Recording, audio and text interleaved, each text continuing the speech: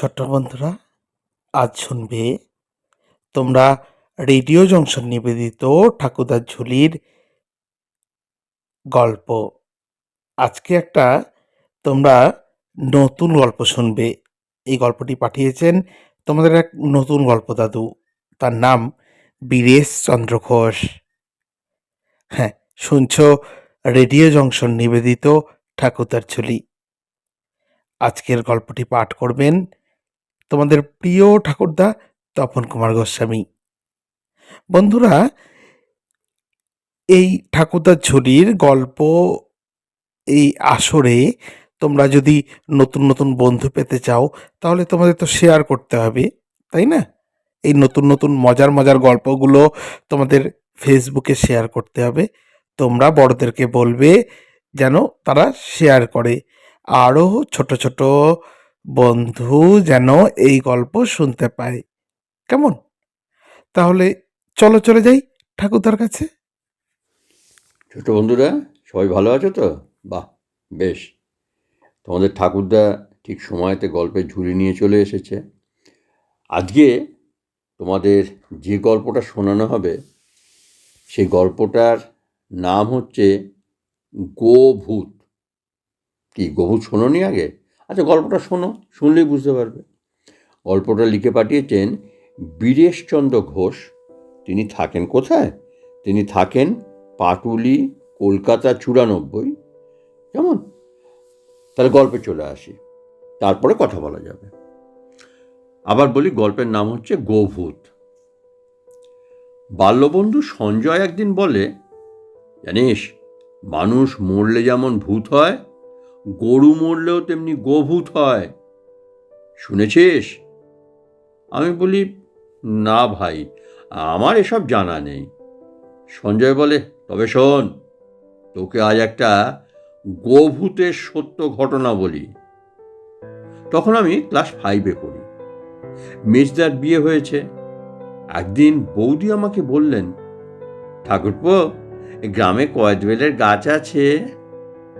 বৌদির কথা শেষ না হতেই আমি বলি, হ্যাঁ বৌদি, আছে আছে, কেন, খাবে?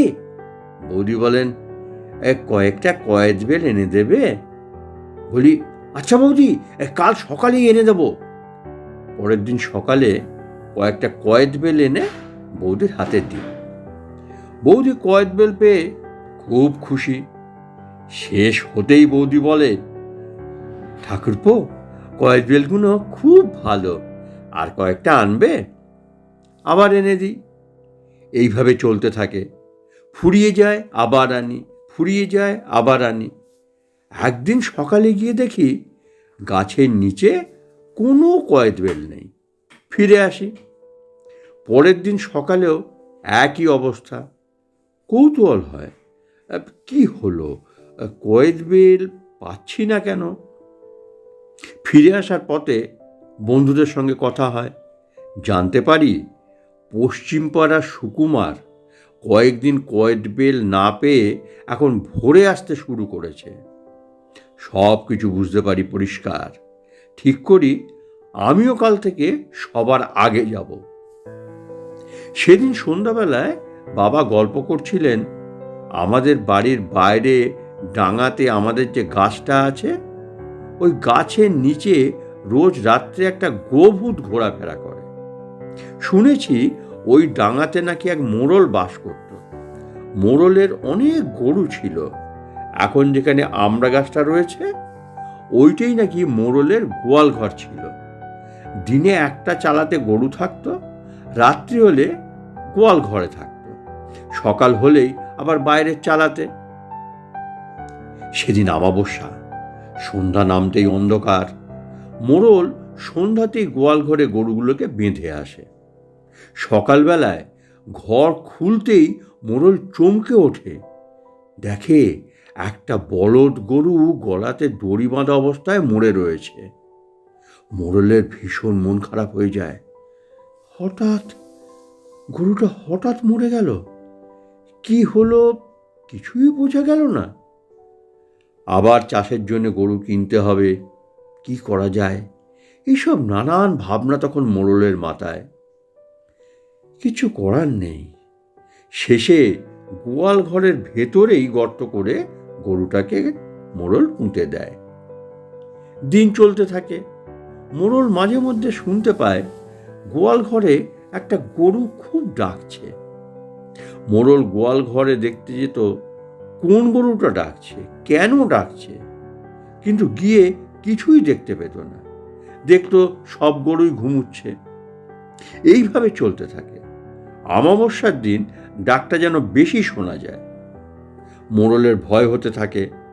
বাড়ির সকলেও ভয়ে আর বাড়িতে থাকতেই চাইছে না। শেষ পর্যন্ত মোড়ল বাড়ি ছেড়ে অন্যত্র চলে যায়। তারপর থেকে ওখানে আর কেউ বাস করেনি। ক্রমে ক্রমে বাড়ি ভেঙে যায়। সেখানে গোয়াল ঘরটা ছিল, সেখানে একটা আমড়া গাছ হয়েছে। এই যে আমড়া গাছটার কথা আগে বলা হয়েছে সেইটা। প্রতি রাতে একটা গরু গাছের নিচে ঘোরাফেরা করে, ডাকে। আর সকাল হলে তাকে আর দেখা যায় না। অনেকেই নাকি দেখেছে। বাবার মুখে এইসব শুনে আমি ভীষণ ভয় পাই। ওদিকে আবার ভোরে না গেলে কয়েদবেল পাওয়া যাবে না। তাই ভোরবেলাতে যাওয়াই ঠিক করলাম। যা হবার হবে।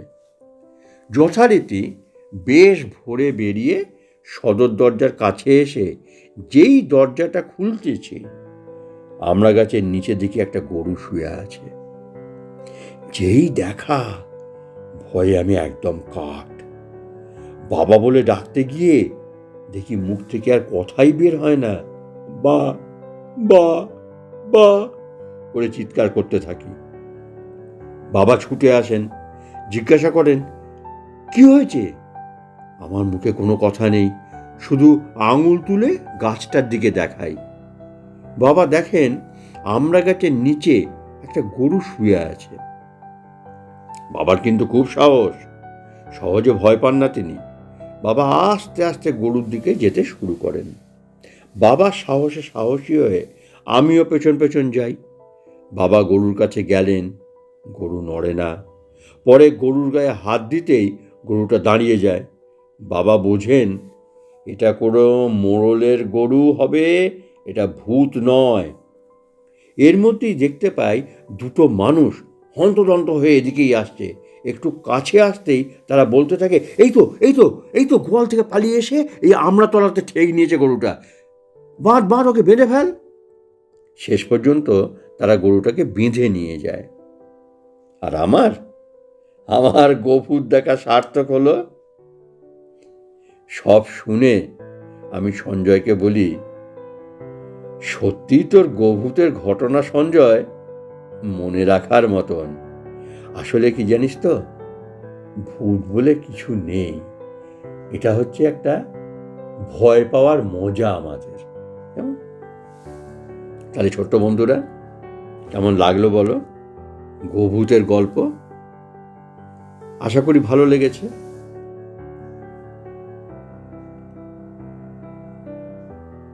ঠিক আছে, আবার কোনো সময় তোমাদের কাছে নতুন গল্প নিয়ে আসব।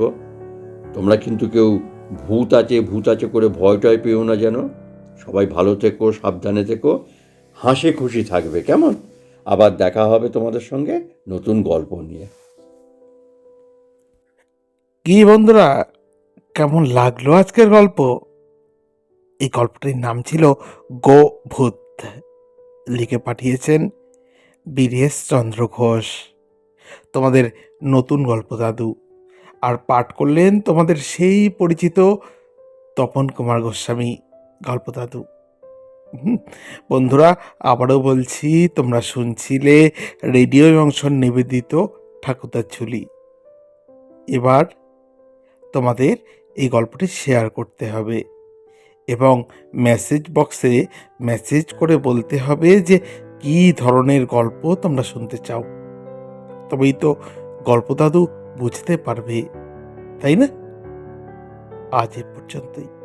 সবাই সুন্দর থেকো, সুস্থ থেকো, ভালো থেকো, সাবধানে থেকো। সামনেই তো দোল, তাই না? দোলের রঙিন হয়ে থেকো। টাটা।